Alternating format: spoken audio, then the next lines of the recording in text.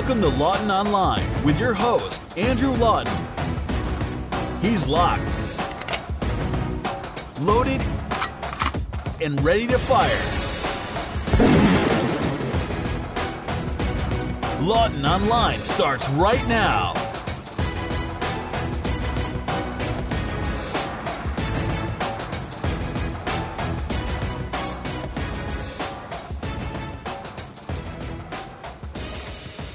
Hello and welcome to you, everyone. This is Lawton Online on the Rebel.media. So exciting to have you joining me this afternoon. Going to be a great show ahead. You may remember my inaugural guest on this program back however many weeks or months ago when the show was premiered on the Rebel.media was the great Mark Steyn. Now, I haven't run out of ideas. That isn't what's happening here, but it's just that he's got so much good to say and a new book out that I want you to certainly hear about and have a read. So Mark Steyn will join me again later on in the program to talk about his new book, A Disgrace to the Profession, about Michael Mann, the man who is, no pun intended, suing Mark Steyn for, well, speaking the truth. So that's coming up later on in the show. Also going to talk about a whole number of issues that I think are important to the world as we know it. And certainly my perspective, I hope it's important to the world as we know it. But listen, I promised you last week or the week before that I'm not going to use this show as a means to cover election news. And it's not because I don't want to. It's because the nature of podcasts, I feel, are that you don't necessarily need to revel in the immediacy of the 24-hour news cycle and the 24-hour news industry. You can really go into nuance more and discussion and debate and really try to delve into a lot more substance than, cable television or network TV, for that matter, allows. And I'm going to hold true to that. But I had a bit of a revelation this week. And I don't know why it was a revelation, because you'll hear in a moment, it's hardly anything particularly shocking. But I learned the role that I can play and that I will play to some extent as the election goes on between now and October 19th. And that is a role that I think is unfortunately only being filled by two voices, talk radio and the Rebel.media, both obviously of great importance to me. And that is being a watchdog to the mainstream media. And I don't mean in general terms, because I always try to criticize the mainstream media when it's deserving, which is unfortunately quite regularly, but specifically the media's coverage of this election. Let me get a couple of things out in front here. I believe there is no perfect leader. I believe there is no perfect party. I believe there is no perfect prime minister. I believe that as a matter of the lesser of evils, Stephen Harper is great. I believe that in a lot of ways he has managed to conservatize Canada for the better. And even though, as a small C conservative, there are lots of things that I can look at in this country that I wish he would have done better, done differently, been more aggressive on, been more conservative on, I think when push comes to shove, any small C conservative in Canada should be looking at Stephen Harper and saying he is the best we have and the most conservative we've had in Canada's history. And certainly the best option at the present time. I'm not a believer in throwing away votes. I think that a lot of people may look at, the Libertarian Party or the Christian Heritage Party and find something that resonates with them. I don't think that is prudent when the stakes are as high as they are. But I find it to be hilarious how much the media fears Stephen Harper. They claim they don't. They claim it's a contempt that leads, a contempt of his policy towards media relations that has led to the animosity between the media and Stephen Harper, but it's actually a visceral hatred for what he and conservatives stand for. If you look at the protesters outside every one of his events on the campaign trail, the way the media focuses so much on process stories than on actual coverage of announcements, because frankly, in this election, the Conservatives are the only party that's actually introducing announcements, the only party that is so far really introducing policy that's on any substantive issues. Thomas Mulcair earlier this week was talking about the need to put $30 million more into tourism because, Canadians care so much about having Americans walking around Canada. Other leaders like Justin Trudeau and Elizabeth May have talked about absolutely nothing at all of substance. Literally, Trudeau, if you look at his media schedule, has been doing media availabilities on the Mike Duffy trial. He wrote an open letter to about the Mike Duffy trial to the Prime Minister. Does Trudeau have nothing better to do that he now needs to play the court reporter of Canada role in this election? Has he finally been promoted from head of the drama department to chief lawyer and legal analyst for every news outlet in Canada? I missed the memo, but good for you, Justin. I'll send flowers and a box of mini muffins for you. Congratulations. It's infuriating when I see the level of intellectual debate, and I don't mean a heightened level, by the way, taking place in the media. And if you weren't aware of this or unsure of this, you needn't look any further than even things that have happened in the last couple of days. Earlier this week, a headline story and viral story across Canada is angry old man yells at reporters. This is what passes for news in this election. Old man swears at camera. Do you realize how many grumpy old men there are in this country? Most of them are in Parliament, by the way, of all parties. But is this actually something that surprises anyone? A Harper supporter, being a random guy who says, I'm voting for this party, starts yelling at journalists, and all of a sudden they goad him. Whereas every media reporter, every reporter worth their salt knows these are the types of people you avoid. People that want to engage in a fight are not the story. He's not an MP. He's not a campaign staffer. He's not even, as far as anyone has presented that I've seen, a volunteer. He's a man who's there because he supports him. Are you saying that there's going to be no angry Liberal? Are you saying that if Sun News Network were still around and you had a Sun News Network camera at a Liberal or NDP rally, that they wouldn't be shouted at, that they wouldn't be sworn at? I mean, I've seen what happens when Ezra Levant goes and covers a rally or a protest for the environmental movement. I'm pretty sure we could see something very similar if we were to put a Sun News camera at a Liberal or NDP rally. So it was the height of a non-story, yet somehow this is evidence of what I don't yet know. I'd be frankly swearing at a lot of reporters too with the way they've been treating most people in this election so far and the way they've been dumbing down the discourse towards Canadian voters. But somehow this man becomes the story.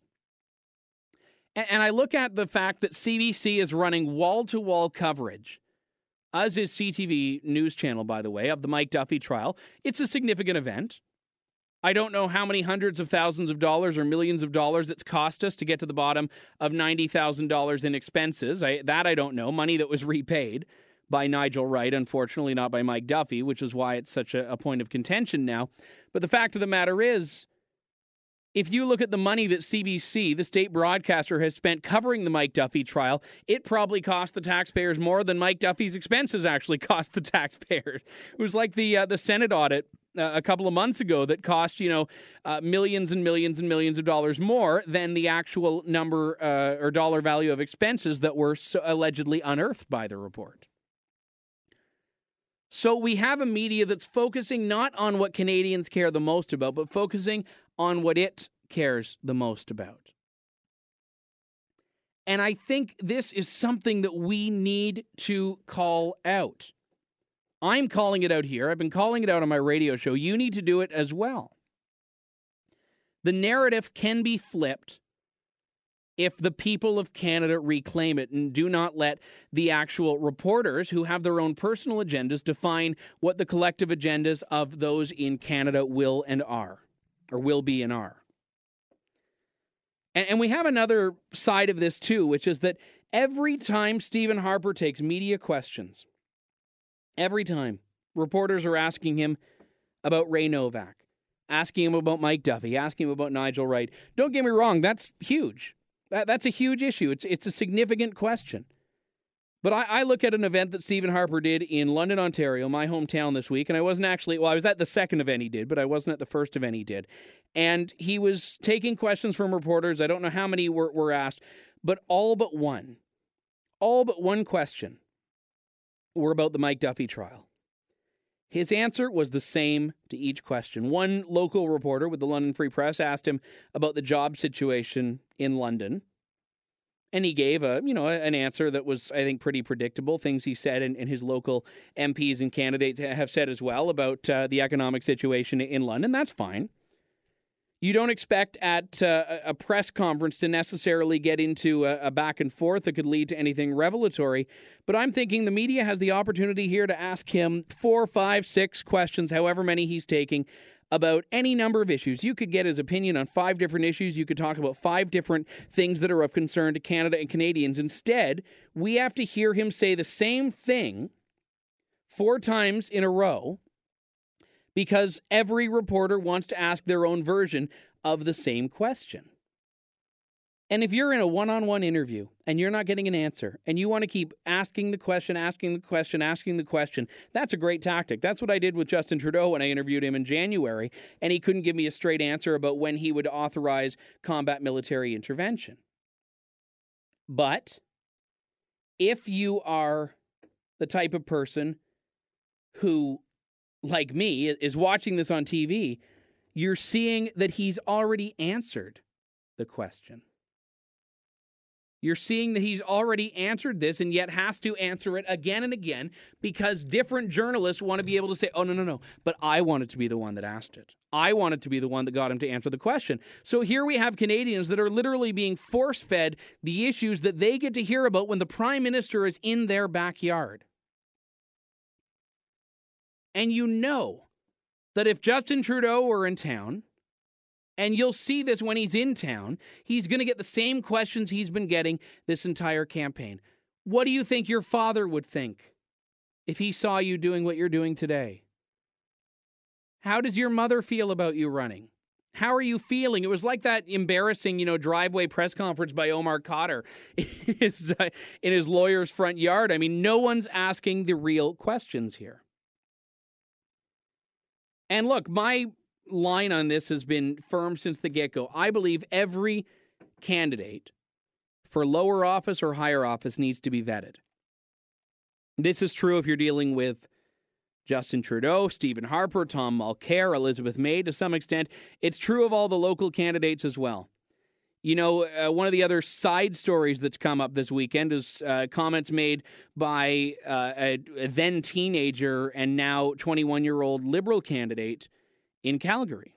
Now, this one I found a little bit interesting because I think everyone can say that at a certain age, and certainly anyone who's in their 20s now, you're at that point where it's inevitable that you've said some things online that you would take back later on. So I'm not going to lie to you. I have found much of the criticism about the woman to be not unfair, but I think it deserves some context that most people in that age range in the next 5, 10, 20 years, I think are going to be subjected to this as well, because the generation that was raised on social media and has been with it since they were at an age where they didn't have necessarily the ability to filter themselves as well, these things are always going to be recorded. Now, with that being said, there were some very concerning things, especially when she's urging someone to have or wishing that someone's mother had an abortion, and she's talking about basically the hate that she sees in those who support Israel. But I digress for a moment. That story I found to be hilarious because who cares what a Liberal in Calgary does? I mean, this is like the equivalent of, the Conservative in Toronto Centre. It doesn't really matter when push comes to shove what this person says because they're never going to win anyway. So the media will jump on the bandwagon if they think it's easy to do. The media is not going to go after the actual sacred cows, the parachute candidates like Olivia Chow, for example. And this is what I think we need to be very concerned about, is that, sure, maybe the Toronto Star writes about the resignation of a Liberal candidate in Calgary, but they're not going to write about what's dogging the Liberals in Toronto, the NDPs in Toronto. No, they're going to focus on the ABC campaign. Look at all the stories that the media has written about protesters. More so than the actual rallies that are being protested. Written about a veterans group that launched an Anyone But Conservative campaign. My local paper, the London Free Press, wrote about a group that's hitting London to canvass to tell people to vote for anyone but the incumbent in a particular riding, which is Conservative. The media is not interested in having a genuine exchange of ideas and spirited debate. The media is interested in knocking down Harper. And I know it sounds like such a cliched claim to say that the problem is the media. But there's a reason that claim is made. There's a reason that claim has withstood, I'll say, the test of time, which is that it accurately reflects, in many cases, the realities of the landscape of discourse. And it's shameful. It is. I chatted, and I might play a little bit of it in the show next week with John Ibbotson from the Globe and Mail, who literally wrote the book on Stephen Harper. I spoke with him on my radio show earlier this week, and his book was just released. It's a biography of Stephen Harper that some people will say is about glorifying and promoting Harper. Other people say is about knocking him down. I think it's pretty balanced, although John Ibbotson, obviously not Harper's biggest fan. But the reason I'm bringing this up is because he made a comment, which from him I actually found to be really interesting and had a great deal of respect for him. He said, conservatives dislike liberal policies. Small c conservatives think liberals are wrong on the issues. Liberals hate conservatives. Liberals think conservatives are evil. They think conservative positions are evil. They think that it's about a subversion of democracy, whereas conservatives won't look at liberal policies and say this is, a subversion of democracy. We'll say we disagree with it, it's wrong. Sometimes we get heated. Sometimes people on the right will make comments that are indefensible. I think you're going to have your nut jobs on either side of the expression, but like I used to see on a T-shirt every now and then when I was down at CPAC, better to be a right-wing nut job than a left-winger with no nuts and no job. But again, I digress.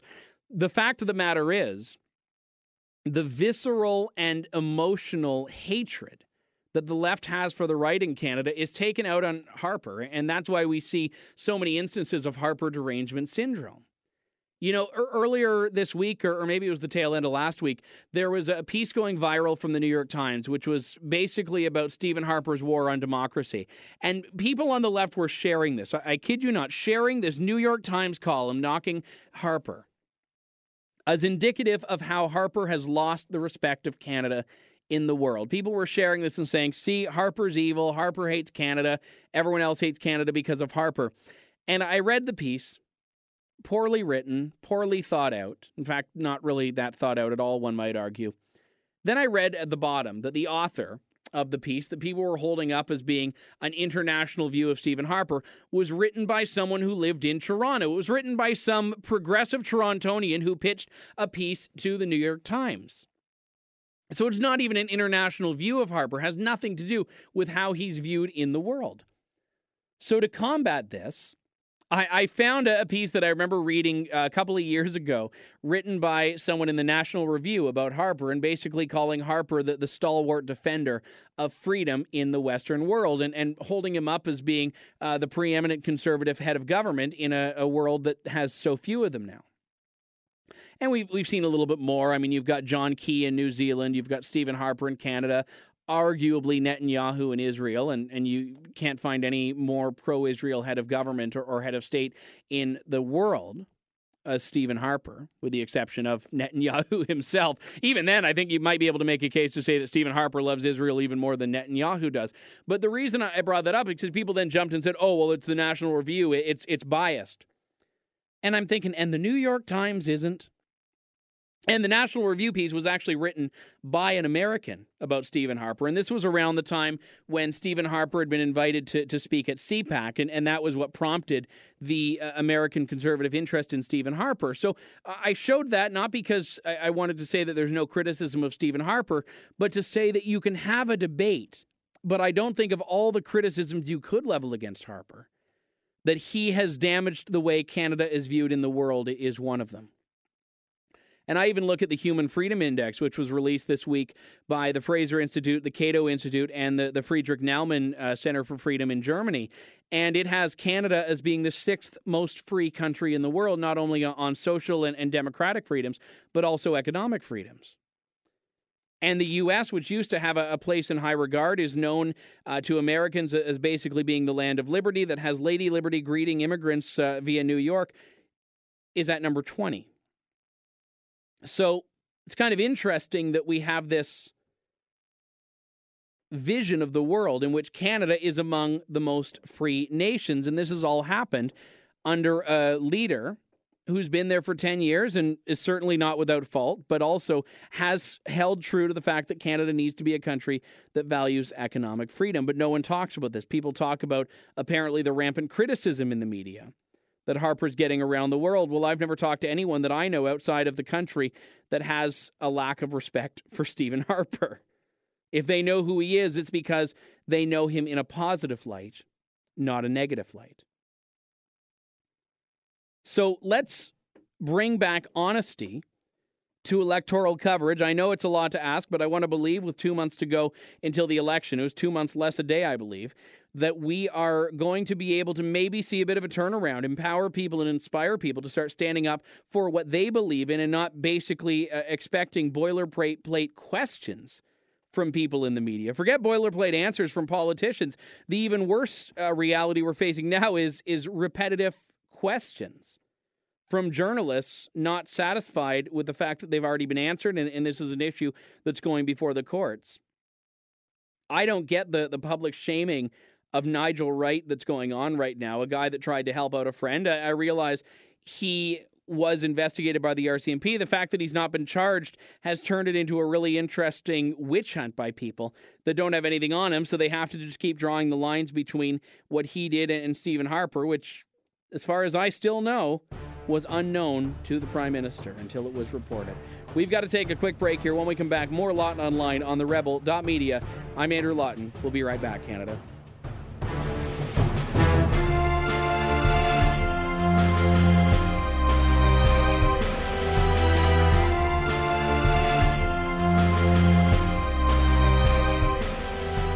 You're listening to Lawton Online with your host, Andrew Lawton, exclusively on the Rebel.media.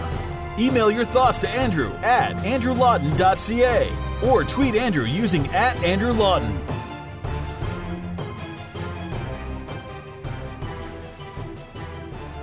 Hey, welcome back to the program here on the Rebel.media. So this next story that I wanted to talk about for a little while kind of astonished me because I'm generally speaking a reasonably intelligent person, and I say that in hopes that no one will call me on it, but reasonably intelligent person. But I always try to see things, complaints that people raise about the world, through their perspective. I always try to, say, okay, if I were a liberal, why would I think this? If I were someone who was an ardent socialist, why would I think this? And I always try to do this, and sometimes I can't. And that's the case with this next gentleman that I wanted to talk about, David Hyde. I can't really put myself in his shoes and understand what it is that he was really thinking when this happened. He's 22 years old, and up until last week, he was an intern for the United Nations in Geneva, Switzerland. Now, his internship, I'm going to say, did not impart him with that much knowledge. I don't think he left a huge mark on the United Nations at the same time. You see, he was only there for 2 weeks. What happened was he decided to, from New Zealand, where he lived, fly 11,000 miles to Geneva. He did this because he wanted to take up an internship. And when he got there, he realized what I think most people know or could probably surmise from a quick Google search, which is that Geneva is one of the most expensive cities in the world. And that's saying something, in the world. I mean, you think Toronto's bad? Well, look at, the price of a nice lunch out in Geneva. So he decided to do this, and obviously he thought it was worthwhile. Why anyone would even drive 11 miles to go and work at the UN, let alone 11,000 miles, is beyond me. But this is what he did, and he learned when he got there how bad things were for people in that city financially. His internship, I should probably tell you, is unpaid. Despite the UN being the authors of numerous studies and reports about basically slavery, they're okay working unpaid interns into, well, nothing. I mean, nothing happens. You go, you do it, and then you go home. Well, Mr. Hyde couldn't afford an apartment in Geneva. He couldn't afford to live there, so what he did is he decided to pitch a tent near the city's botanical gardens on the side of Lake Geneva, nice waterfront swatch of grass that he found. And up until an article appeared in a newspaper in Geneva called the Tribune de Genève, everything was fine. But somehow they learned about him camping instead of living in an apartment. Now, I don't know if they learned this because he went to them. I don't know if someone spotted him. I don't know if someone saw someone wearing a suit and a UN lanyard emerging from the bushes and said, hey, there's a news story there. That certainly seems like a good place to get your stories. Just stare in the bushes until someone comes out and, yeah, okay, I'll interview them. But a picture went viral of him in his suit, his UN badge, next to his blue tent and rolled-up foam mattress that he was calling home.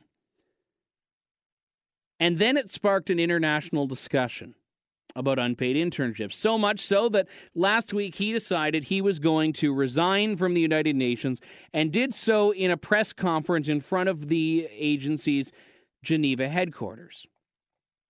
And this is where any respect that I had for him I kind of lost, because if you listen to the rationale, you'll understand that this was not someone that actually wants to look out for, the impoverished people of the world. This isn't someone who was saying, I'm going to do my best and I'm going to try to make do in a tent because I value the job. No, this is someone who was trying to make a point. Now, listen to this first clip I'm going to play, which was from David Hyde's press conference on Wednesday of last week, so just a week ago, in which he addresses the fact that he's leaving and why.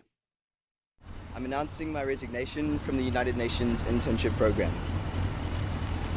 I want to make it very clear that the UN did not ask me to leave or pressure me to make this decision in any way. It's my own decision, and I chose to resign because I feel that it would be too difficult to continue to focus on my work as an intern at this stage. After graduating, I began to apply for jobs, but all I could really find was internships. And in every interview, the same questions always came up towards the end. Can you afford to fully fund yourself for the duration of this internship? When I answered this with the honest no, my application was declined. And so when I applied for this role with the UN, I did not fully disclose my true financial situation. I said I had enough to support myself when really I didn't, and I got the job. So, in other words, he lied. Now, don't get me wrong, I'm sure we all lie in job interviews. How do you think I got the Rebel? No, I'm kidding, of course. But he lied. He said he would have the money to pay for himself and pay for him to live there, and he didn't. Okay, maybe he thought that he might be able to scrounge together the money. Or maybe during that interview, he didn't realize how expensive Geneva was. But after he got accepted to the program, he could have had ample opportunities to look up what he was actually going to be in for and look up how much it was going to cost him to live there. But instead, he just decided, I'm sure it'll all work out. I'll just get on the plane and go. And once I get there, I'll try to figure things out. Yeah, so I have to question, and maybe this is just the 22-year-old in him coming out, how anyone could fly that distance, fly that far for an opportunity to intern anywhere and not look up what you're going to do once you get there. I mean, maybe I'm just not spontaneous enough, and maybe lots of people do this, but I would need to have, an apartment waiting for me there in order for me to even be remotely confident that I was doing something that would end up working out in my favor. He didn't do that. He didn't think through the consequences of his actions. He didn't think through the economic realities. And, with this much, I'll say, short-sightedness and this much of an inability to think about the future consequences of your decisions, and with this much, I'll say, blatant stupidity, to be perfectly honest, he's a perfect fit for the UN. It's a wonder they didn't make him the Secretary General, for crying out loud, with this resume. But the fact is, the 22-year-old was unemployable. By his own admission, couldn't get any jobs, couldn't even get any internships, was only eligible for unpaid labor. Well, if that's who you are at this time in your life, this is why you need an internship, because you are not worth the investment for anyone, because you're not bringing anything to the table but your international relations degree. And let's face it, anyone who's ever sat in on a university international relations program knows I think that actually makes you a less suitable candidate for employment rather than a more suitable candidate for employment. And then there's the possibility that this is all, as I mentioned a couple of moments ago, just a stunt. I'm going to play a second clip from that same press conference on the sidewalk in front of the UN headquarters. The UN was clear about their internship policy from the start. No wage or stipend, no transport help, no food allowance, no health assistance. I understood this, and in that regard, I have to take responsibility for accepting the internship in the first place. At this stage, I think that the focus needs to move away from me. Interns all over the world need to come together and push for the recognition of our value and our equal rights that we deserve. Because, as the Declaration of Human Rights states so clearly, everyone without discrimination has the right to equal pay for equal work. Everyone who works has the right to just and favourable remuneration. I hope to see the United Nations become a role model for all on the issue of internships in the future. Oh, so now it's a human rights issue. Now it's a violation of the Declaration of Human Rights. You know, apparently the reason the UN doesn't pay its interns is not even because of economic reasons, but because for whatever reason the General Assembly passed a resolution saying they wouldn't pay interns. Don't know why, don't care why. The fact is the UN has decided to value its interns at a wage of $0 an hour. And they have the right to do this, as does any employer, I think. And they've made a decision that they won't even cover things like expenses. They won't even cover the flight. They won't cover housing. They won't even offer a stipend or a per diem.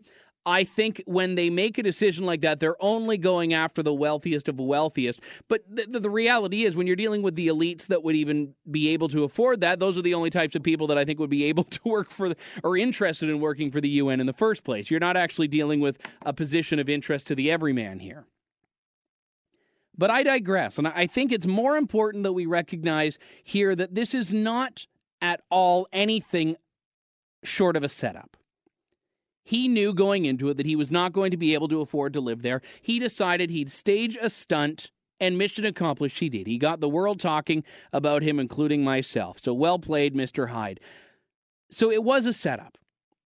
But the discussion that's followed is a valid one anyway, which is, are interns worthy of being treated more differently than they're generally treated now? And we're not just dealing with government internships or intergovernmental agency internships like the UN. You're dealing with a lot of companies in North America that have been criticized for interns, especially in certain industries like the media industry, like marketing, advertising, publishing, book publishing, etc.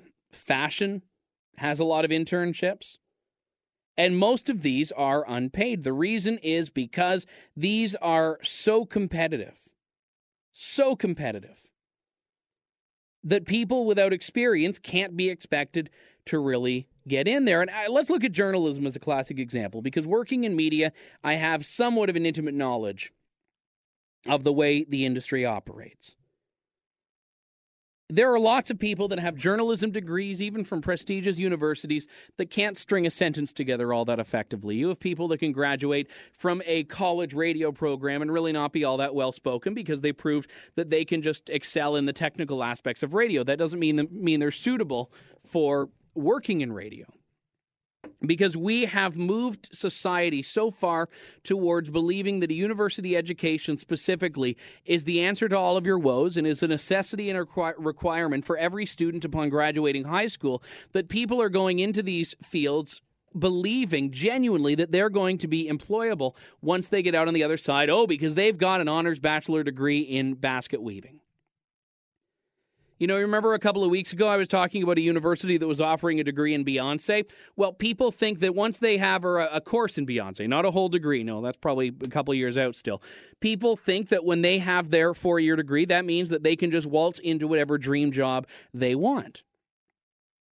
And this is a huge problem. So not only have we overvalued education, but we've also devalued real-world experience, which comes not just from having a job in your field, but also through things like volunteerism, through extracurriculars, through community activism and leadership, and basically through references and networking. And I think that we don't put enough of an emphasis on telling people about the importance of networking, which is one of the best things, in my opinion, that one would get out of an internship.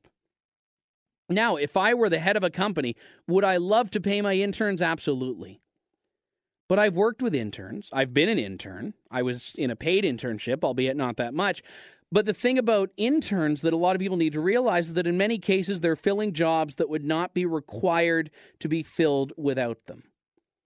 They're filling jobs that are basically meant to shadow someone else, to help out maybe when things are a little bit busy. So they're jobs that otherwise would not exist. So if you were to all of a sudden pass a law saying you must pay interns, well, you're soon going to find that a lot of companies will just cancel their internship programs rather than creating a bunch of part-time or full-time paid positions. Secondly, and most importantly, no one forces you to be an intern. No one forces you to go into one of these programs, which is where I think we really need to acknowledge that this is what makes David Hyde a huge hypocrite here. And anyone else that decries the alleged mistreatment of interns, well, you're never promised the moon and then not given it, because if you sign a contract that says you're going to go and you're going to do this quote-unquote job for no money, well, my sympathy for you is effectively non-existent. And then people have raised the point of, well, what happens if all of a sudden the only reason people are doing these internships is because they have to? Well, what if?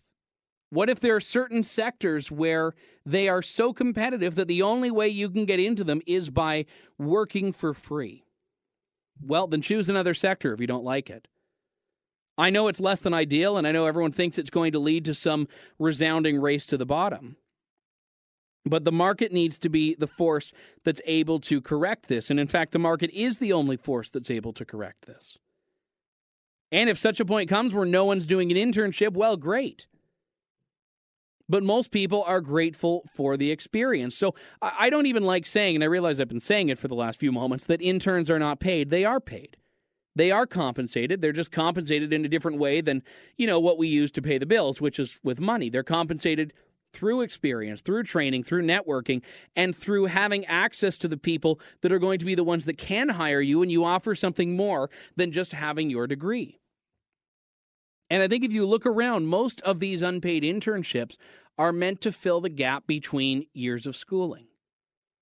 And a lot of the people that complain about internships are people who have taken them after they've graduated from university because they are realizing something they never realized before, and unfortunately no one cautioned them about before, which is that they're still not available to work. They're still not available to work because no one's hiring them. So I shouldn't say not available. I mean, they're available, but no one's actually hiring them. They're not actually employable. So we need to do a lot. Number one, we need to recognize that these are not babies. These are not people that need to be coddled. These are people that need to be able to stand up and prove their own value. And you know what? If you're an intern and you're good enough, they are not going to want to let you leave. If you're concerned about an internship that's not paying you and you're only getting coffee and you're not getting experience, well, you need to decide whether or not that's valuable enough for you that you want to have the line on your resume, regardless of how mundane the tasks you were doing actually were. I mean, if you're getting coffee for the Secretary General of the United Nations, you can still say you worked for the Secretary General of the United Nations. I mean, everything else is just a matter of how well you trump up your resume. But these are all decisions that people get to make. Is it a human rights violation that spoiled brats are working for free and getting the opportunity of a lifetime? No. It's a human rights violation that I have to listen to it. We've got to take a quick break here. When we come back, more Lawton Online on therebel.media. Stay tuned.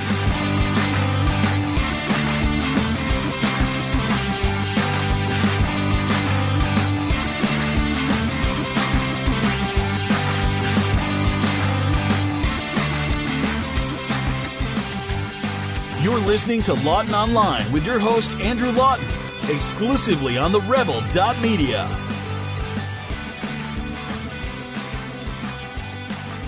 Welcome back. So this segment, I think, will be a treat for you. Certainly it was for me.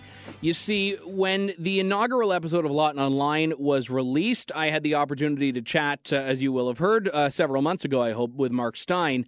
And it was great. Mark Steyn, as you know, one of the certainly most brilliant writers of the era, and has been having to devote an unknown, to me anyway, amount of time and energy and money, certainly too much, to defending himself in a lawsuit by Michael Mann, a lawsuit for defamation against Steyn, who has rather relentlessly criticized Michael Mann's science, the creator of the hockey stick graph, and its impact in the way that the left views the so-called climate change problems that we see in the world.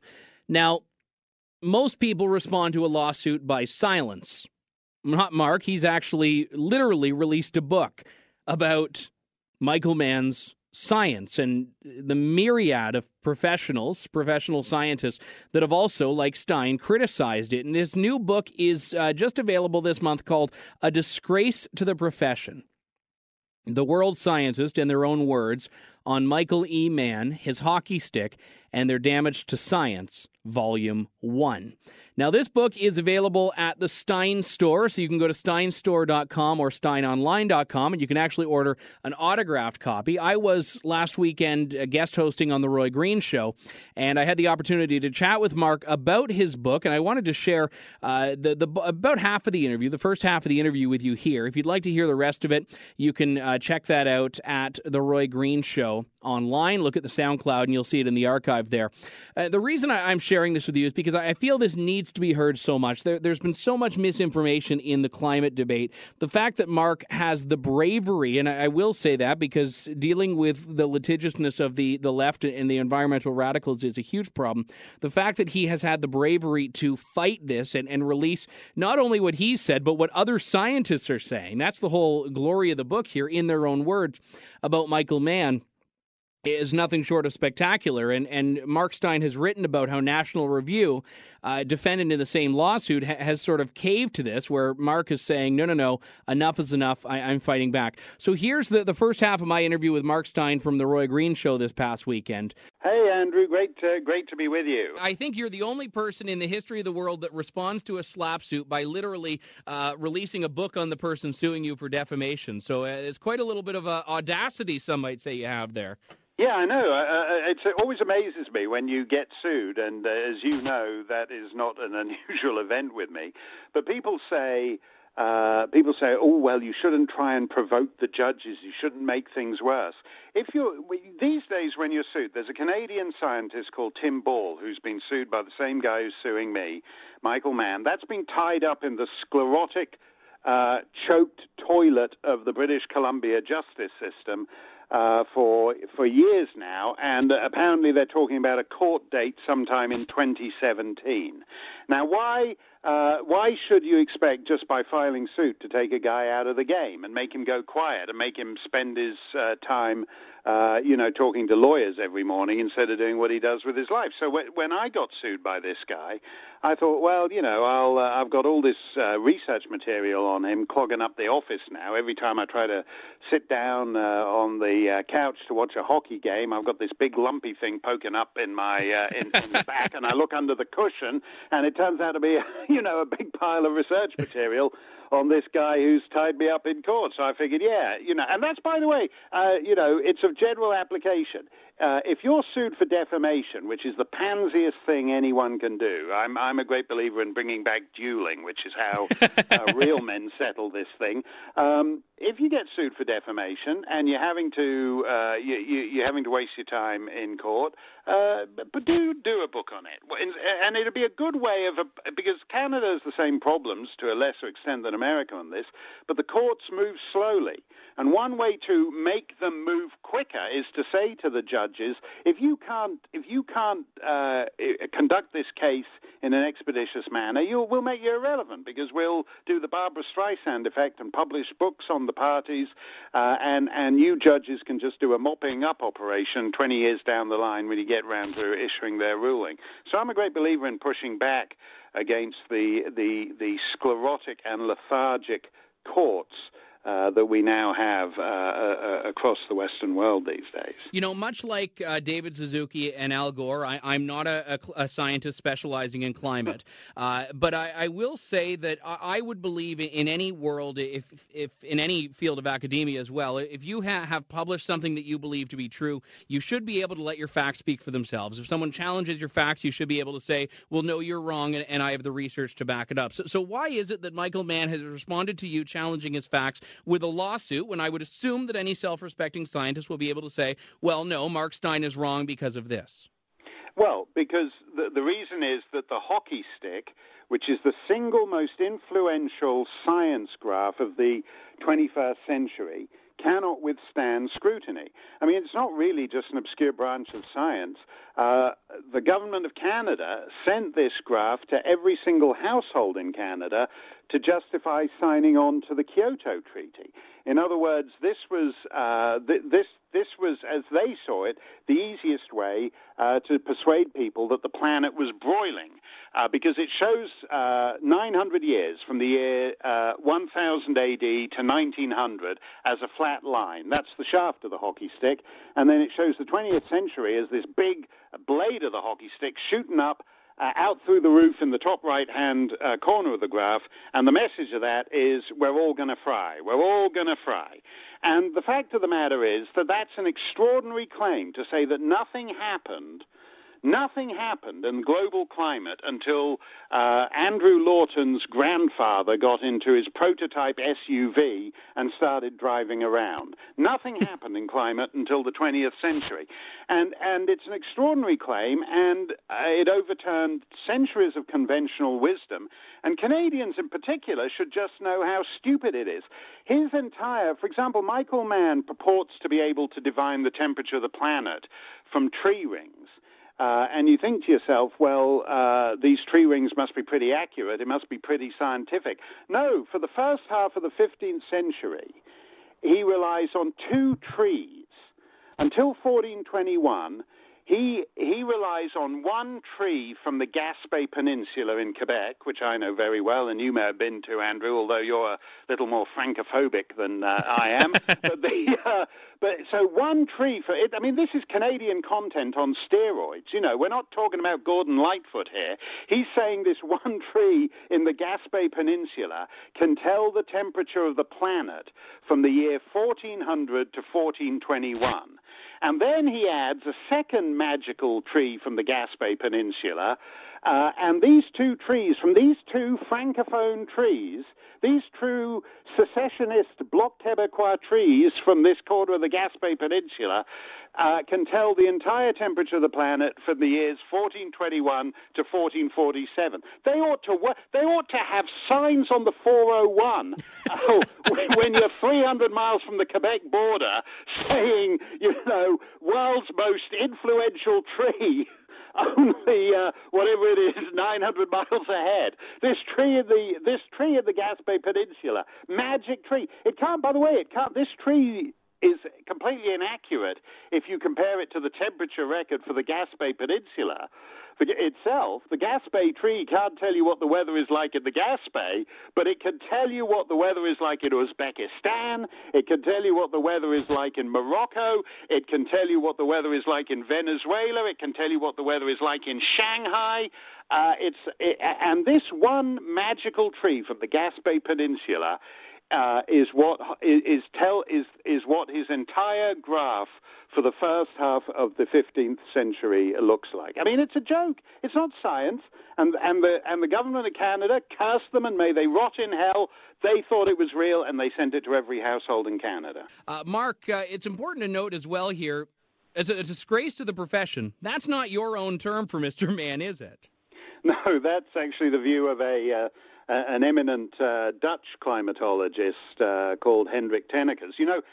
I'm sure you've had this. Whenever you talk about climate change, when you talk about it, when I talk about it, the first thing people say is, well, are you a scientist, Andrew Lawton? Who are you? Have you got a PhD? Who are you to presume to talk about the work of a great eminent scientist like Michael Mann? Now, I left school at 9, and it's true. So I didn't get a PhD, and so people say you shouldn't be talking about it. So what I thought I'd do is I'd get all the scientists around the world. There's a ton of Canadians in there, a lot of Americans, Australian, Chinese, Swedes, Finns, French, German, the works. I get all the world scientists. They've all got PhDs after their names. A lot of them have a lot of fancy, even fancier letters. There's Nobel laureates. There's FRS, which is Fellow of the Royal Society, which is the oldest scientific society on Earth. And so I've been typing more post-nominals, as we call it, than I've ever typed in my life after the guys' names. It's good practice for, when I'm inducted into the Order of Canada. And I'll get yes. Oh, yeah, that's right. It'll be a cold day in the Gaspé Peninsula when that happens. But the whole point, but the whole point about it is that these are what world scientists say about Michael Mann, and people who know about trees regard the hockey stick as ridiculous. People who know about statistics regard his statistical methods as ridiculous, and people who just think that the climate wars, this whole idea that somehow the world is about to fry, and the only way to change it is for Western peoples to abandon first world lifestyles and switch over to windmills and all that kind of stuff. These are people who, even when they agree with him on the idea of man-made climate change, just think that this alarmism is damaging and unnecessary. So this is what the science guys say, the PhDs, the FRSs, the guys with, a zillion tons of alphabet soup just hanging off the end of their names, what they have to say about this. That was Mark Steyn on his newest book, A Disgrace to the Profession, The World Scientist in Their Own Words, on Michael E. Mann, His Hockey Stick, and Their Damage to Science, Volume 1, available at steinstore.com or steinonline.com. You can get it autographed as well if you act quickly. I realize I sound like an infomercial there. I'm not going to lie, I had to actually mute my microphone during his Gaspé Peninsula bit just because I found it so hilarious. We've got to take a quick break here. When we return, more of Lawton Online here on the Rebel.media. Stay with us, Canada. We'll be right back.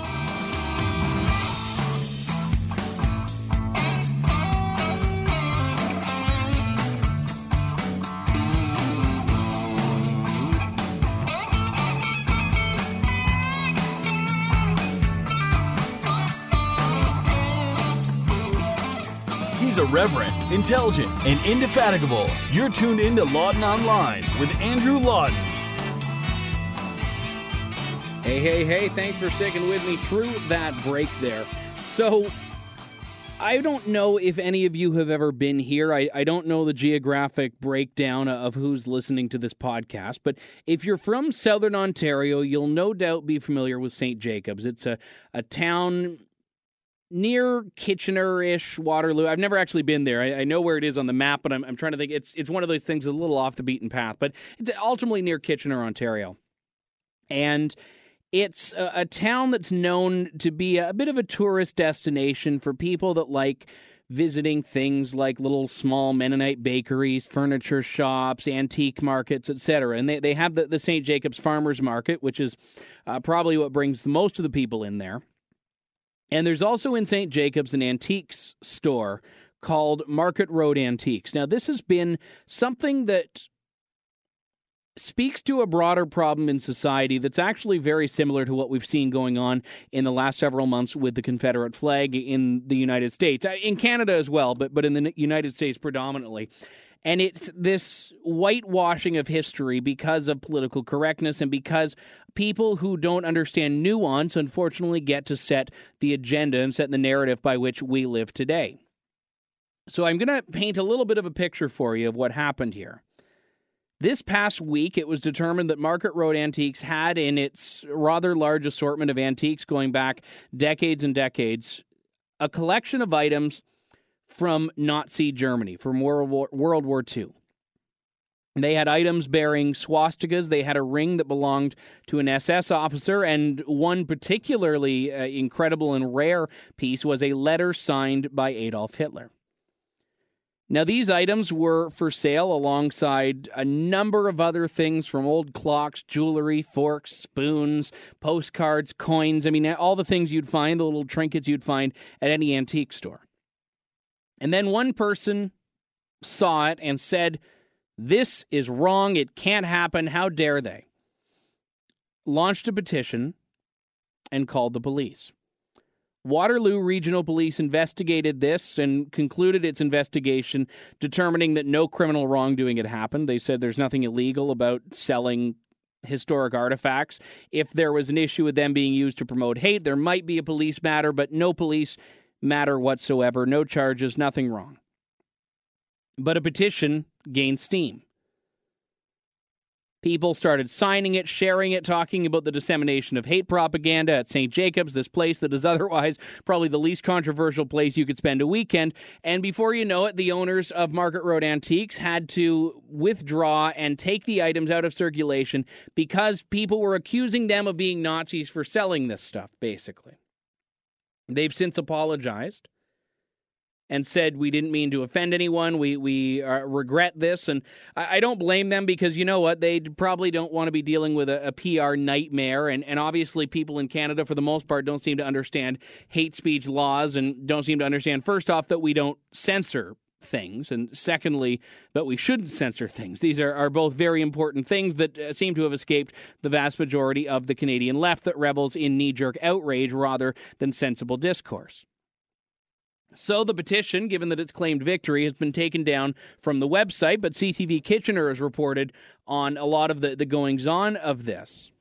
And I have to say it saddens me. It saddens me as a student of history. It saddens me as not a collector of antiques, but certainly someone who appreciates antiquities and artifacts from any era. And it offends me, not in the sense that the left is offended, but it offends me as someone who likes free speech, that people cannot tell the difference between hateful items designed to promote hate and hateful items that are symbols of an era in history from which we've, thank goodness, moved on. That's what bothers me. The people don't understand the difference between someone flying a swastika and saying Heil Hitler and someone selling a letter signed by Hitler, which obviously has a profound level of historic significance. You know, I'm going to share a story with you that I've told privately, and I don't believe I've told publicly up until this point, but it's a story that I think will illustrate, it's certainly an amusing moment for my life, but will speak to the place that I approach this question of how we collect and preserve history from. So I was in 2007 in Estonia for a conference, and I got up a day before the conference started, so what happened was I had the opportunity to explore the old city of Tallinn, which is the capital of Estonia, and it's a beautiful, beautiful city, very, very medieval, very much preserved in its 15th century form. You have, these little fortresses there, and you have these turrets and towers, and it's all enclosed because it was a city that needed to protect itself against invasion, and generally speaking, unsuccessfully for 500 years. But you know what? They tried. And I was walking around the old city, and I came across a little meat stand and, bought myself a smoked sausage, which, is after all the kind of thing you'd like to buy from someone that's been outside all day, meat. It was in December, though, so it was fine. And I also went into an antique store, of which there were several, and they had a number of old wartime and Soviet-era artifacts. Estonia being a part of Eastern Europe and quite close to Russia, obviously a lot of artifacts from the Soviet Union have become available there, and I ended up buying. I didn't want to spend a lot of money. I just wanted something, little and things that I could look through when I got home. So I bought for, I think it was 10 or 15 euros, so we're not talking about something that's really rare here, a collection of old pins and medals, mostly Soviet. And these are things that were not really anything boasting historic significance, but what they were things that had significance, not because of the unique items specifically, but just because of the time in which they were from. So I took these, didn't really think anything of it, threw it in my laptop bag and carried on for the rest of the week. When I left Estonia at the end of the conference, I had to fly through Frankfurt, Germany. And I'm assuming a lot of you know exactly where this story is going now. And because Estonia was not then in the EU, I had to go through security yet again, so my bags were checked, but that's fine. I still have my laptop bag with me. Laptop bag is going through the X-ray. And then things just stop for a few moments. Someone comes over, looks up on the screen, looks at me, looks up at the screen. They're talking to each other in German. Comes over to me, and I should probably tell you at this point that I am under arrest. At this point, I'm brought to a small room for questioning because, as the German supervisor at security in Frankfurt said to me, you have PIN from old Germany. Yeah. I didn't realize this. Believe it or not, I had not gone through my collection. I had not looked at everything closely. I was actually looking forward when I got home to doing that. But as they bring my bag out and bring the little box of trinkets out of the bag and start looking through this, don't they find a pin, a metal pin with a swastika hollowed out in the middle, which obviously was pronounced enough to appear on the radar, and underneath it the words Z. Kyle. Okay, so this was a little bit problematic. They asked me, why do you have this? I said I bought it from, I didn't know I had it, but I said I bought it from an antique store in Estonia. They said, why are you in Estonia? And I realized that I was about to tell them I was there for a political conference, so I had to convince them it wasn't, some, global neo-Nazi summit. But I was able to keep it. I still, to be honest, have it to this day. And part of it is because I like the story that goes with it. But a big part of it is that I recognize that this is a piece of history, and you don't need to support nor even be sympathetic to the Nazis to recognize the significance and impact they had in the world, especially from a wartime perspective, but also from a very, in my eyes anyway, pro-Jewish perspective, and understanding and contextualizing the atrocities committed against the Jewish people during the Holocaust. Now, the Nazis were not as fond of history. ISIS right now, not as fond of history. In fact, we see these absolutely chilling videos and pictures from the Middle East right now, from northern Iraq, from Syria, etc., where ISIS supporters and ISIS members are knocking down statues, burning churches and old mosques even, destroying hundreds and hundreds of years old artifacts, things that have no price attached to them because they are irreplaceable. And they do this because of a rejection of the history that left them there. And even if you have something that has terrible history, you should never allow yourself to destroy history and destroy the remnants of history just because you find what happened in that time disagreeable. And I think the same could be said about the Confederate flag. You can obviously argue that the Confederate flag today does not mean what the swastika means today. And I always am cautious about that comparison because I recognize that to some the Confederate flag is about Southern pride and nothing else. So, but I can compare the two because they're going through a very similar trajectory, and that people are saying, because I disagree with things that happened while this flag was flown, I do not want it flown today. Okay, that's a reasonable statement someone could make. But then people are going even further than that, saying, and I'm going to now knock down statues to Confederate soldiers. I'm going to desecrate Confederate graves. I'm going to throw my support behind shutting down museums or shutting down exhibits in museums where the Confederate flag is featured. So we've gone from having a discussion about history to now pretending that something never existed in history because of the emotions attached to it. And anyone that has any respect for this can't help, and I can't help but be saddened by this. Because this is exactly what totalitarian regimes have done. And I'm not saying that, ISIS's eradication of history is the same as someone saying we don't want Nazi artifacts sold in a market near Kitchener. But the outcome is the same, which is losing evidence of this time in history. I talked for a little bit about this week on my radio show. And one woman who grew up in Germany in the 50s told me that she, and granted this is anecdotal, but it doesn't surprise me given what I've heard from other sources as well, told me that there was a time when her and her brother would go to the dumps in Germany in the 50s, and for, basically what would equate to a couple of bucks would be able to fish out tons of old wartime propaganda. Little trinkets, medals, etc., things that are now increasingly rare, but all connected to the Nazis and their armies. And this, at that time, was something that the German people could not get rid of more quickly. And this was ultimately what led to my, for lack of a better term, interrogation in Frankfurt, because obviously Germany, given its history, has wanted to distance itself from any Nazi symbology more than any other country would want to. But what they've done in the process of this is gotten rid of the history that could be used in the pieces of that history to better educate and inform people today about that very period. And this is what happens. There's that famous quote, often, I think, quoted and paraphrased of those who fail to learn history are doomed to repeat it. And I think the best way of learning something is by seeing the people from that time. That's the best way to learn any history, seeing and hearing from the people that have witnessed it firsthand, the people that are a part of it. But short of that, it's seeing the actual physical evidence, holding it. I mean, I remember the first time I ever heard from an Auschwitz survivor. I heard her words, heard her testimony, seeing the tattoo on her arm brought her story to life.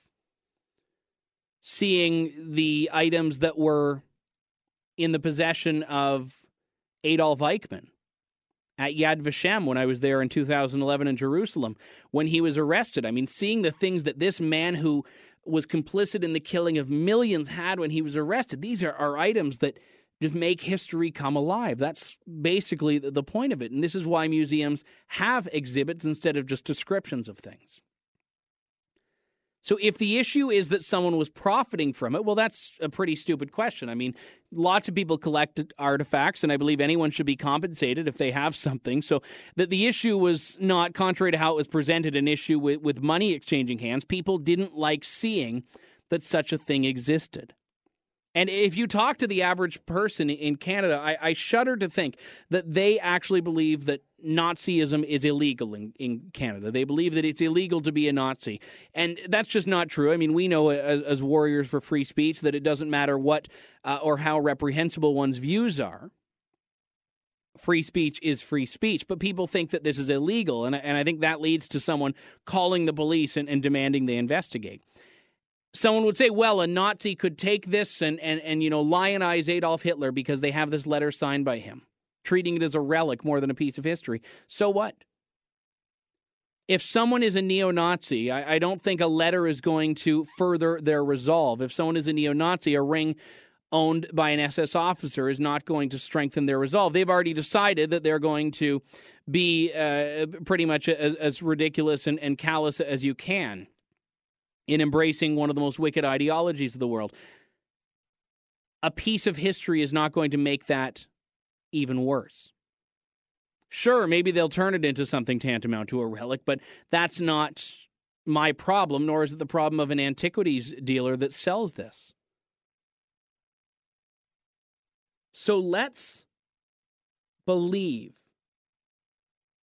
that anyone should be able to look at history and recognize it as history, and dispense with a political correctness culture that has gone so far as to say that we cannot even now deal in artifacts without being at the risk of the social media mob's demands that we shut down. That's my fantasy anyway. We got to take a break here. When we come back, more of Lawton Online on The Rebel. Stay tuned.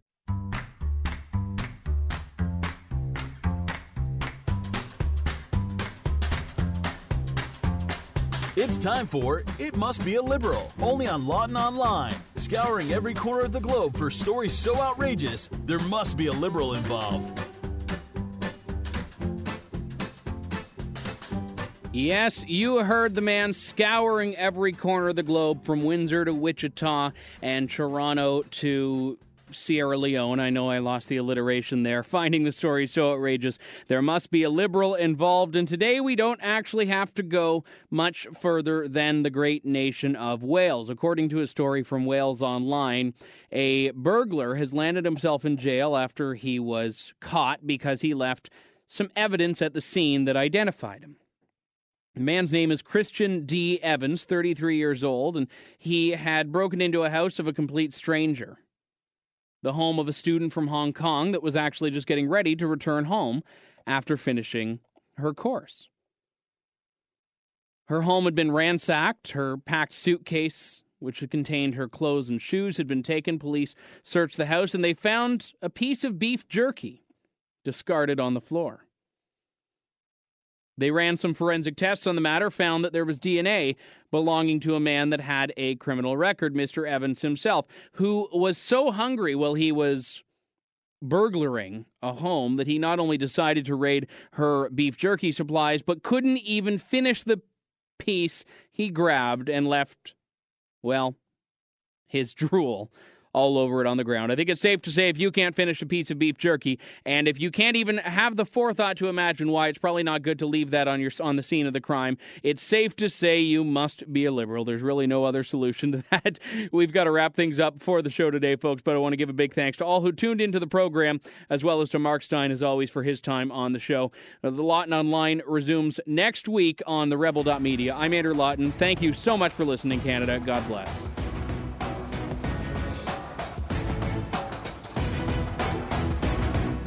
Thanks for tuning in to Lawton Online. Check out the Rebel.media for lots more fearless content and commentary.